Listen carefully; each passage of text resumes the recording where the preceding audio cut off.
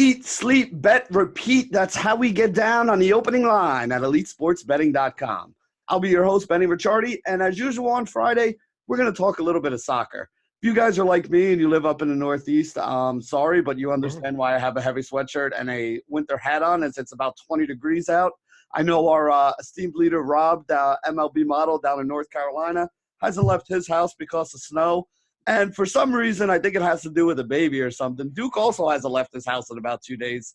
Or it might have to do with all this content that he's been doing for soccer. I don't know. We'll have to ask him. What do you think?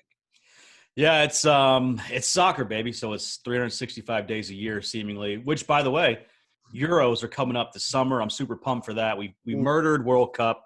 We'll do the same for Euros. I love that tournament atmosphere, kind of like we saw with Champions League this week. It's been a busy week, but I was telling you, Benny, I just happened to look outside as I was getting set up for the stream here today. I haven't been outside in 2.5 days. I just realized my trash cans are still out there. I'm probably going to get a strongly worded letter from the Homeowners Association. Can't wait for that. Oh, man. The busybodies down the road who are retired with nothing else better to do. I can't wait for that. Yeah, the strongly worded letter is like the okay boomer situation right there. Yeah. They love those strongly worded letters. We get those about cutting our grass at the new house all the damn time too. So it is what it is. Sorry about that. That's a big old make me.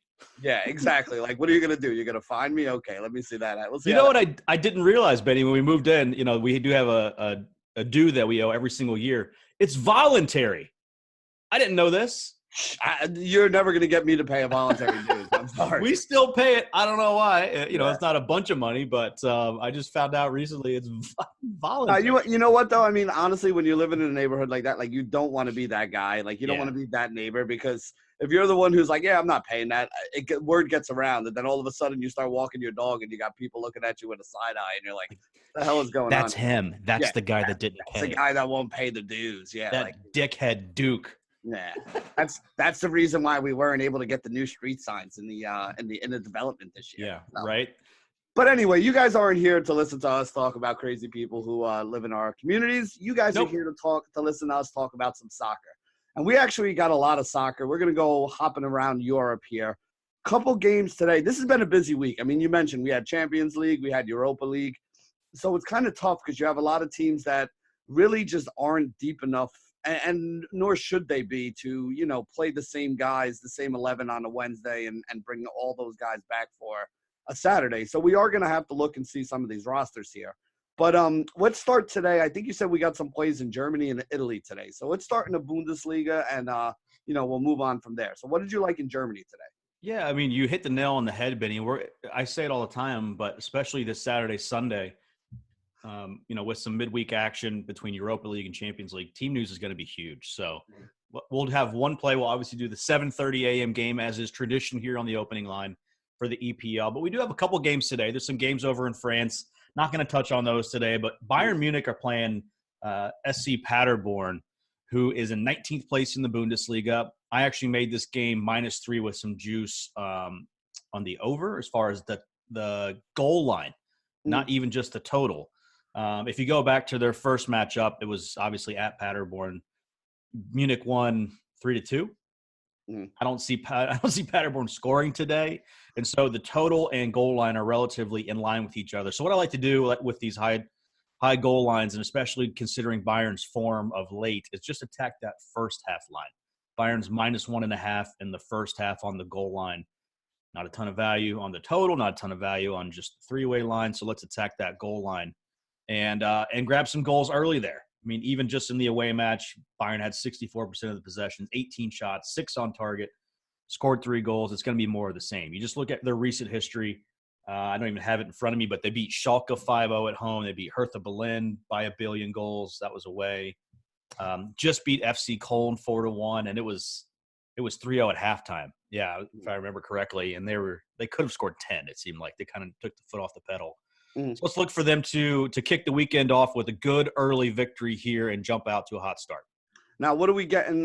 You said first half 1.5. What kind of odds are we looking at there? That's +100. Okay, so even money. I like that. So we're not even playing anything juice right now. If you can find -1, obviously you get your money back. If they're up by 1, you're gonna pay some juice there. I'd probably play that up to -150, -160 even. if you can. I did not look that up this morning, but if you want to do that and maybe take a little bit of the risk out there, if they do get off to a slow start, that's the way to go there. Yeah, and also, I mean, if it's a slow start too, you might even be able to get, one at closer to even money at, in-game. 10, 15 minutes in or something like that if they had a couple chances and didn't put one in the back of the net. But remember, like Duke always says, the problem with waiting is sometimes you miss that first goal, and now you're sitting on 2 or 2.5, which is not really what we're looking for here. So just keep that in mind. It's a little bit of a crapshoot. You can't really tell how it's going to go, but, if you're sitting there watching and it looks like they got a good flow going and you're 10, 15 minutes in and it's still 0-0, you're probably going to get a little bit of a better number than we did on the pre-flop. And I'm going to hit that total. So I'm playing this two ways. Number one, I think they're going to probably be up 2-0 at halftime. So I like the -1.5 at even money. If they do get off to a slow start, I like that total to come down to where I can attack that. That way, if we do get a fluky Paderborn goal, or Bayern does just have to turn it on late in the second half as Paderborn maybe has to open up to try to get a result. Realistically, they're playing for goal differential. They're in a relegation battle. They are not going to win this game. A draw would be a miracle. So I expect them to be pretty tight and not, really have to go for it to get a result. It'll be more defending. So if they do get off to a slow start, I'll probably be looking to hit that total, which is at 4 now, I believe. Let's say they don't score. Let's say it's 0-0 at 30 minutes, Benny. The total is going to be 2.5. Yeah. Maybe 3 with some juice on the under. And so we can get a much better number there. So I'm not going to hit the total pregame. I'm going to just play this first half line, see how the game goes, first 15, 20 minutes, and then adjust from there. Yeah, and I mean, we saw that happen this week with the what was the game? The Dortmund game where, 0-0 at halftime, and then they came out and, 3 goals in like the first 20 minutes. Yeah, right away over there. So remember, that first goal kind of opens things up all the time because then both teams, kind of get off the back foot and have to start playing a little bit harder. Then there's some counters on the other side. And, that's when you start seeing all the goals start coming in. So I like doing that. Now, did you have another one in Germany or you want to move over to Italy? Well, we're going to parlay the over 3 in the Bayern game, which is -325. So just not a play. We're playing outright. Right. My over 3, and again, if the game wins 2-1, 3-0, we get our money back. Anything over 3, we win. And Napoli to win, -195. Okay, so Napoli's who we're looking at in Italy here? We're going to head over to Italy. Brescia is hosting Napoli. I'm assuming I'm saying that correctly, Benny, my resident Italian? Yep. Okay. Brescia has maybe my favorite – not maybe. He's one of my top 5 favorite young players in the world, Sandro Tonali. He is a deep-lying midfielder, got the long flowing locks. He is absolute class personified, but Brescia stink out loud. And Napoli's been struggling to score goals. That's my only hesitation here. But under -200, I'm fine throwing them in a parlay. I don't really like anything in this game as far as just a straight-up bet. Don't really love the total. Don't really love the 3-way line because it is juiced up enough. But to throw it in a parlay here with the over 3 in that Bayern game, that gets us basically to even money for our bet. It's like 1 to win 0.95 or something like that. All right, I can live with that. Now, Napoli had a game earlier this week too, right? Aren't they still in one of the competitions? They are, and they their last game in Serie A was back against Cagliari. Again, an away win. They've won their last 2 away games. 3 of their last 4. They did have a loss against Lazio in there, but deeper team. Dries Mertens is back scoring goals. Yep. That's kind of, with the whole manager turnover that they had, around January time, Ancelotti leaving, you kind of want to see how they find their feet, and I've liked their form as of late. Again, struggling to score goals, but Brescia, not great. Yeah, so there you go. You got a couple bets here for Friday. So let's move on and talk about the game we always talk about, Duke, the early Saturday morning Premier League game. And it's actually a really good one this week. We got Chelsea taking on Tottenham. What the hell are Tottenham going to do? Jose Mourinho had, once again, another Jose Mourinho line. I got to give him credit. He is electric, but I don't like him. We are a gun without bullets. It's true. Lucas Moura, how is he going to get service? Steve Bergwijn, is he ready to play 3 games in 7 days like he's going to have to do? Dele Alli throwing his cleat as he's substituted after his 15th straight 0 out of 10 performance. Mm-hmm. It's Tottenham. It's Jose. As I always say, they could squeak out a result, but this is all Chelsea all day from a needing a result standpoint. With Man City being banned from obviously European competition next year, they have a little bit of a buffer zone, but they're on an absolute slide. Winless since January 11th. Frank Lampard, for whatever reason, just getting a pass on his poor managerial decisions. Mm-hmm. Abraham missed midweek. They did have a midweek game. This is a must-win for Chelsea. I'm just going to say it. And it's against Tottenham. Should be a tough matchup, but it's a battered and beaten Tottenham. Hugo Lloris doesn't look confident. Their back line is in shambles. Their midfield is lost with Dyer, Winks. They played midweek.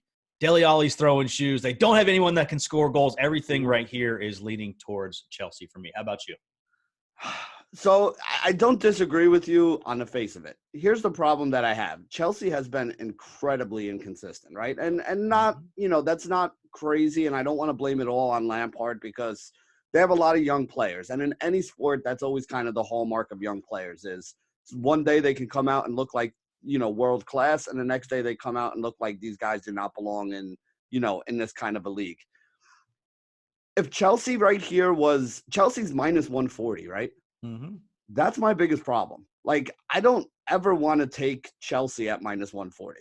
Yeah. I like to play Chelsea when they're, plus 120 or, I like to take Chelsea as the spoiler because they have the talent that if it comes together, they could beat and play with almost anybody. But they also have the inexperience where they could look horrible against anybody, even teams that they should. They've won games this year that they shouldn't have. They've lost games this year that they shouldn't have. So it's a very tough team for me to put my money on because there's no consistency here. Now, again, we both bet on, I bet against Tottenham earlier in the week. It worked out really well. It worked out well because they couldn't score goals. So I think my biggest thing here is I'd actually probably rather mess with the goal line than taking Chelsea overall because I don't think there's going to be a lot of goals in this game. But, man, I don't feel good about laying 140 on a three-way line with Chelsea, not even on a draw no bet, So you're looking to take the plus a half a goal for Tottenham, which is plus money right now, plus 115. So this is, obviously better than a draw no bet, which right now Tottenham's plus 235 on the draw no bet.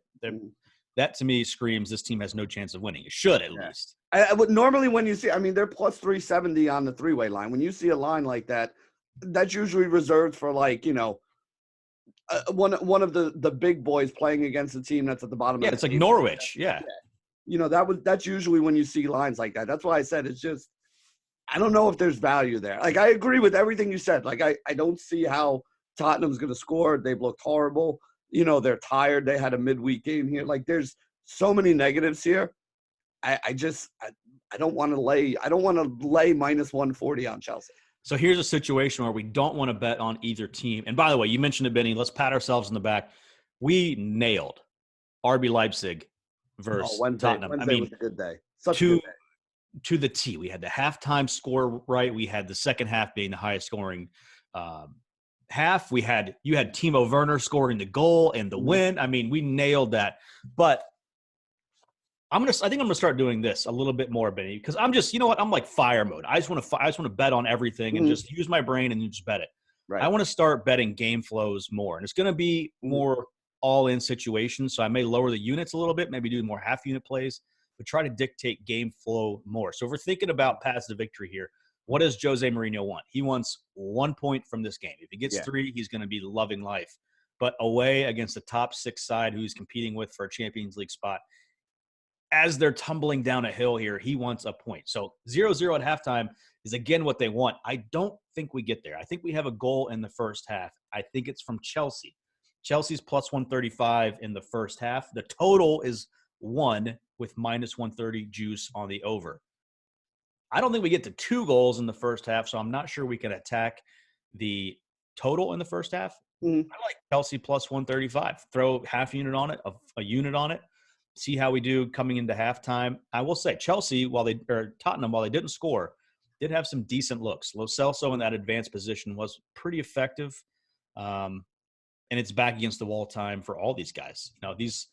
I kept saying as soon as he was hired, for Spurs, you're going to love Jose for the first 2, 3, 4 weeks. But when shit hits the fan, that's when we're going to find some things out. The response from the players this week will tell me everything I need to know about Jose Mourinho's relationship with that locker room and these players. I think it's going downhill. I think Chelsea's going to win this game. So I'm taking one bet from this game, Chelsea plus 135 in the first half. All right, so I'm going to tell you how I'm going to play this. I was just looking at some of the odds while you were talking here. I'm going to take under 2.5 goals for the game. I'm getting that right now at even money. Under 2.5 is actually paying even money right now, and I like that fact because if we look back to that game on Wednesday, there was only one goal, and they played exactly the way you said they were. They were going to. You know, they basically sat back, they defended as much as they could. The one goal they gave up was something on a penalty kick, so it wasn't even something that came in a flow of play. I can see this game ending Chelsea winning 1-0 or the game ending tied 1-1 or even 0-0. So really, I don't see this game being high scoring. I don't see it being 3-0 or 2-1 even. Right. So I'm looking at the under 2.5 goals. If you're going to give me even money on that in this game, knowing that Tottenham's probably going to sit back and defend and, you know, just try to hit something on a counter, if they play this game like they played the last game, I can't see more than 1 or 2 goals being scored here. So under 2.5 goals, even money is the way I'm playing the Saturday morning game here for Premier League action. So there you go. A couple different options. And look, we gave out 4 plays. The parlays, even money. Benny's under is even money. My first half Chelsea is plus money. What the hell else do we bet? Bayern. We gave you 3 plus money bets, today. So this isn't. We aren't the juice merchants just trying to boost our record here. We want to give you actual money making plays. So I like how we're rolling. I don't hate the under at all, Benny. I will say a lot of missed chances. Right. I remember specifically Leipzig had the counterattack. Angelino plays it into Werner, who dummies it on back post. I think it was Patrick Schick.